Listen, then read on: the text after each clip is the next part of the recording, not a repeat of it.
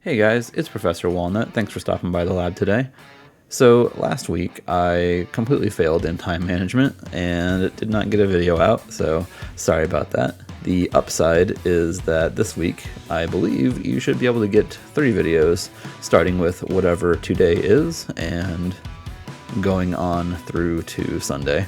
Today's video is going to be my Malamar Games match with Eeveenescense, and in order to explain the theme, I first have to explain that each Pokemon has an official color designation, one singular color, and usually it's around that Pokemon's main color on its body. The theme that we rolled for this week and this match is hot colors only, so we worked with anything that was red, pink, yellow, or brown because there is no orange designation, so that was kind of the replacement for orange. So by extension, anything that's black, white, gray, blue, purple, and other cold colors were not allowed in the format, so it made for a pretty limited decks, and it's really interesting to me to build in those kind of limitations. And so yeah, I'm excited about this match, and I hope that you enjoy it as well,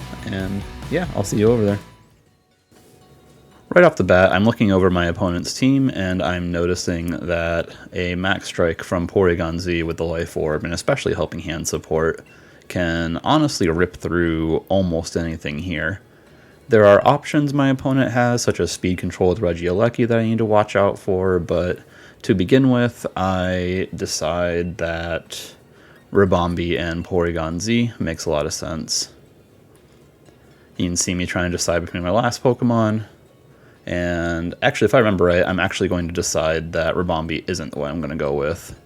Yeah, here I go. I'm going to take Landorus out, and Morgrim's going to come in instead. Now, this is kind of funny because it's going to end up being a bit of a run back from both the Draft League, where I battled Eeveenescence with Porygon Z, and also something y'all would not be privy to immediately, the local tournament that I went to where I battled Eeveenescence using a Grimmsnarl that had a very similar set to this Morgrim. So yeah, it's kind of funny. It's going to end up giving some flashbacks here, but yeah, here we go.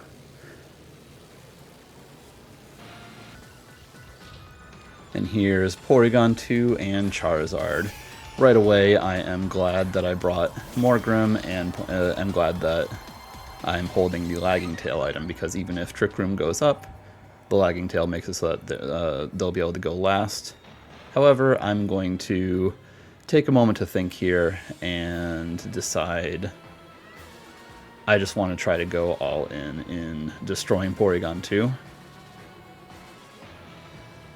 But again, I'm waffling. It takes a lot, you know, trying to figure out exactly what they're going to do, because they could easily just switch out Porygon here, right, and bring in Torkoal so they can set up the sun and just nuke me with Charizard, and I don't want that to happen either. So instead, I'm going to try to slow down Charizard, and as it turns out, they are withdrawing Charizard instead, which is cool, but definitely telegraphs that a Trick Room is coming. So here's Torkoal's Drought, and here comes my Max. Obviously, Torkoal is not going to be able to handle this very well. She's got no resists on her team, so Max Strike was always a safe play into basically any slot, except for the fact that they could have, like, Max Guarded, you know. That would be the only way to get around losing a Pokemon here. Or if I had chosen the Max Strike Porygon 2, because I think that thing's bulky enough to take it, but yeah, the Thunder Wave goes into Torkoal. It ends up not being entirely relevant, and here's Max Strike 2 just completely eliminate Torkoal. And goodbye, Torkoal.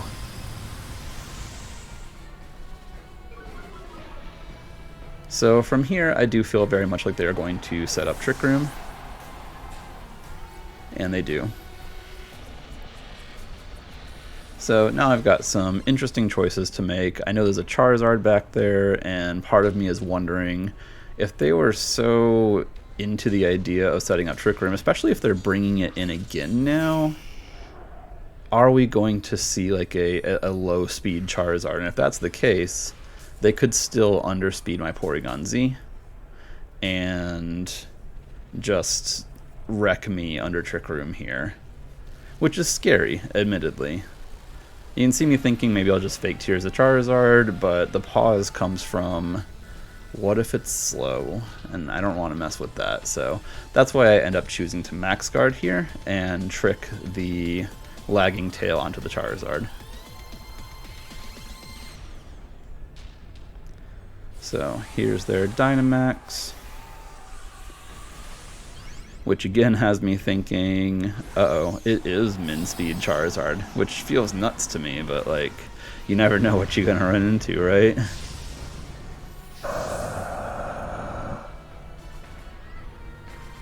But as it turns out, we Max Guard first, confirming to me that this is a speedy Charizard, just trapped under Trick Room. So I really don't need to go for the trick here, but this was just an information play for the most part. And then of course I see that Porygon 2 has the Eerie Impulse, which would be scary normally, and you'll see Charizard take some Solar Power Chip, but yeah, the Eerie Impulse would be scary normally, but I've also got Fake Tears, which means that I can comfortably even the playing field, right? If I get to -2, so do they, and so I still end up doing the same amount of damage anyway.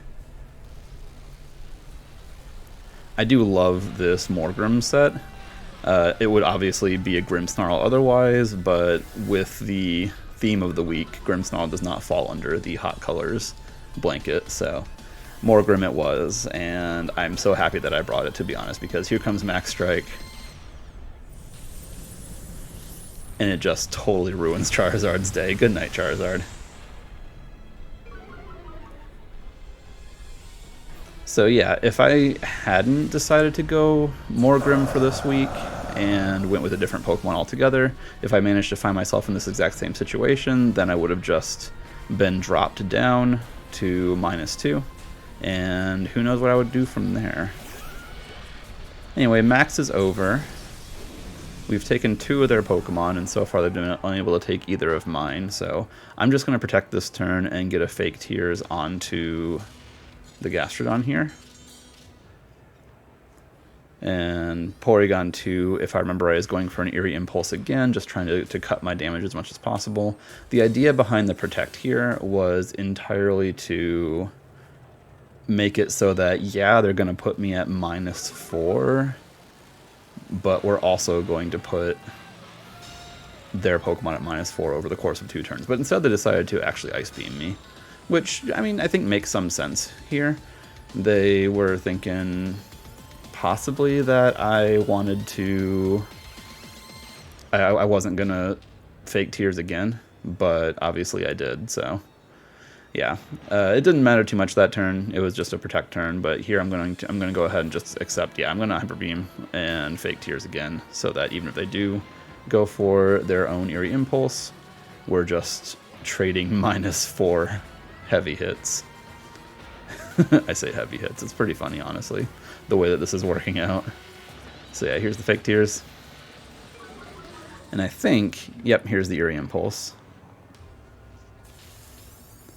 And it's really just -4 and -4 at this point. So it's really the same as Gastrodon taking a Max Strike. Now, I will end up having to take a turn of sleep, or rather, I will have to end up going to sleep here because I'm going to have to recharge this turn. I can't switch it out. But ultimately, I decided that going up 4 versus... Yeah, going up 4 versus 1 was going to be better than whatever consequences I faced here. Because, yeah, Trick Room's over as well. And you'll see, obviously I can't do anything with Porygon, and I think, well, maybe I'll just try to paralyze Porygon too so I can have some RNG in my favor, but Eevee decides to cancel here. Which, again, I think makes sense. It was going to be very hard for her to win with just Porygon here. So, here's game 2. And I'm thinking about running back the exact same thing. However, I'm trying to figure out what exactly she might do to change her plays here.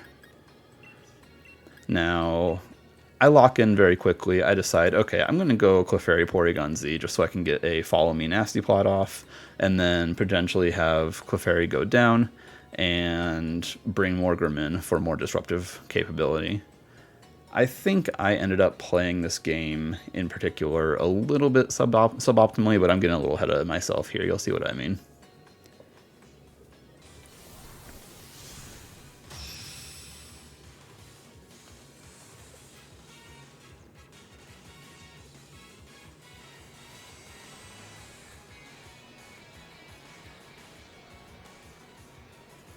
Alright, so she decides to go Porygon 2 Regieleki. It's a really interesting lead, in my opinion, because you've got the like Trick Room threat next to the fastest Pokemon that's ever been made. I'm not sure what to think here, but I know Regieleki has a tendency to just go ahead and click the Electro Webs, so I'm just going to Nasty Plot and Follow Me here again, as I had planned from the beginning of the battle. The annoying thing, of course, is that I will take damage, but I'm accepting that at the moment. So we get the Follow Me here. We will take the Electro Webs as expected. And then we'll see that Porygon is going to go for the Eerie Impulse. I say Porygon. There are two Porygons out. Porygon Z goes for Nasty Plot, and Porygon 2 goes for Eerie Impulse, but I redirected it with Follow Me, so I get to stay up at... at +2. Now, here's, I think, the first turn where I made a maybe slightly questionable play, but part of my thought was like, well, I've got Landorus in the back, and she's clearly wanting to play a bit of a Regieleki-focused game, plus... in the back, she's got Pokemon that are also pretty weak to Landorus, so I think instead, you know what? I'm just going to leave Porygon Z as a threat, and I'm going to go ahead and switch in Landorus now, because I feel a little bit like she just wants to try to nuke Clefairy as quickly as possible, so... Here comes Landorus. If I was right and she max strikes or max lightnings into the Landorus, then it just does 0 damage. And then I get a +2 Hyper Beam off into Porygon 2. It was a cool plan. I think it was not a plan that I believe was going to work out very often, because most people know that you generally want to target around the redirection user just in case they don't click their redirection. So yeah. Here's Regieleki getting big and just obliterating Porygon Z with a max lightning. So that's unfortunate. I'm thinking that's not great, but I also just baited Regieleki into a max, I think in part by the pressure that I put on as a +2 Porygon Z. I think she just decided I need to get rid of this thing right now. So yeah, Landorus takes a completely irrelevant drop to special attack, which activates the White Herb, which is pretty funny, honestly. So yeah, now I've just got Landorus with Clefairy and Morgrem, which is admittedly a little scary, but I'm going to bring Clefairy in here and make probably, I think, my second questionable play. But you'll see what happens here. I'm going to actually protect Clefairy rather than going for Follow Me. And I think about maxing here, but I know that I'm not going to KO Porygon 2, so I get a little greedy and say, I'm going to click Swords Dance. This is me saying that I'm going to do this, even though I know Porygon 2 has Ice Beam. I'm thinking hard on it, but part of me is thinking maybe they'll try to double Clefairy, but in retrospect, why would they do that? There's no reason, because if I didn't protect here, Max Lightning would have just one-shot Clefairy anyway. So yeah, Clefairy through Protect takes the Max Lightning, and I get my Swords Dance off. But just as I had realized as soon as I had locked in my moves, yes, Porygon's just going to click Ice Beam. However, thanks to Friend Guard, I hang on with 21 HP. I am now a +2 Landorus who resists fully neutralizes Regielecki's damage. And so I decide, you know what? I have no other option here. I'm not going to max Morgrem of all things, so I'm just going to go Helping Hand into Max Airstream onto the Porygon 2 so I can target around the Regieleki entirely. So here we are.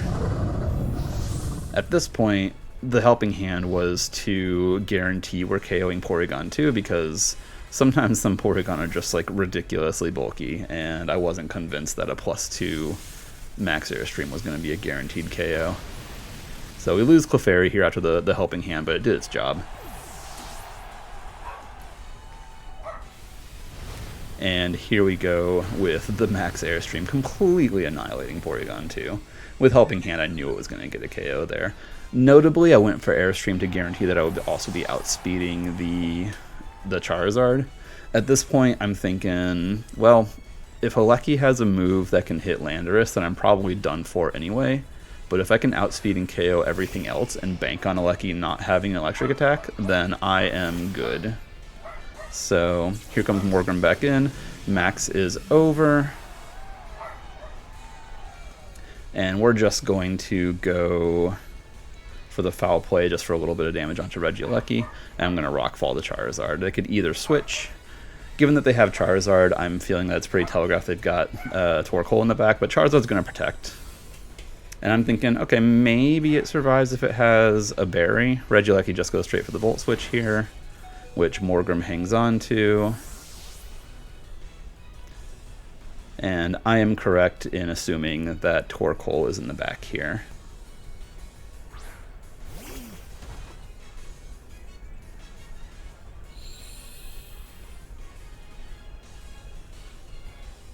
So, through Protect, Max Rockfall, here it comes. It just vaporizes the Charizard anyway, and it didn't have a berry. I haven't run the calc afterwards. I think it's maybe possible, but I really don't think it's likely that it would have survived after taking after eating the berry that would negate the damage, or negate a bit of the super effective damage. So yeah, foul play here onto the chip, or onto Torkoal for some chip. And of course, Regieleki has to come back in here. Once again, I'm banking entirely on the idea that Regieleki cannot touch the Landorus, so I'm by no means am I going to target Regieleki right now. So, Quake into Torkoal, foul play into Alecki. And once again, just to stall a bit, Torkoal goes for a Protect to try to survive.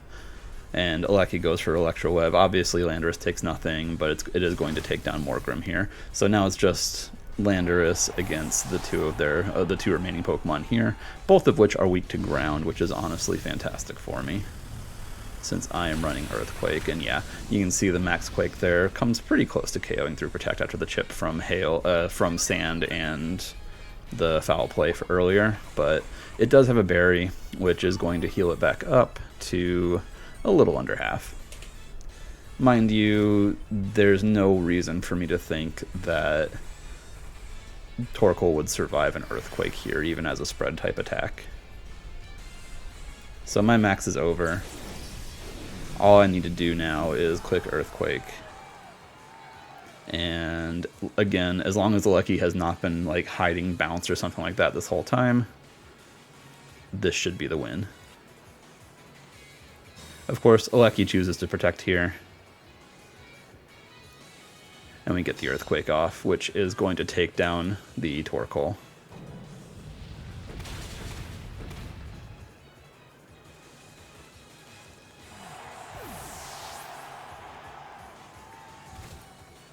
Regieleki takes a little bit of Sandstorm chip. And all I have to do now is click Earthquake, and here we confirm that Regieleki has no move that can hit Landorus, and the game is over.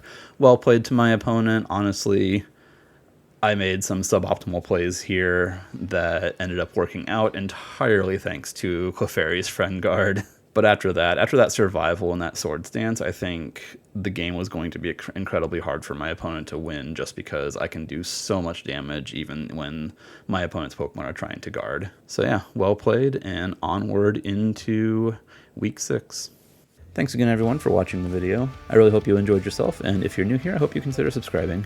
We're trying to grow the channel going into Scarlet and Violet, and I'm really looking forward to making content for those games. Leave a like on the video if you enjoyed it, and in the comments below let me know what you think of this format and what you think of the teams me and my opponent both made. I will see you over in the next one. Have a good day, and goodbye.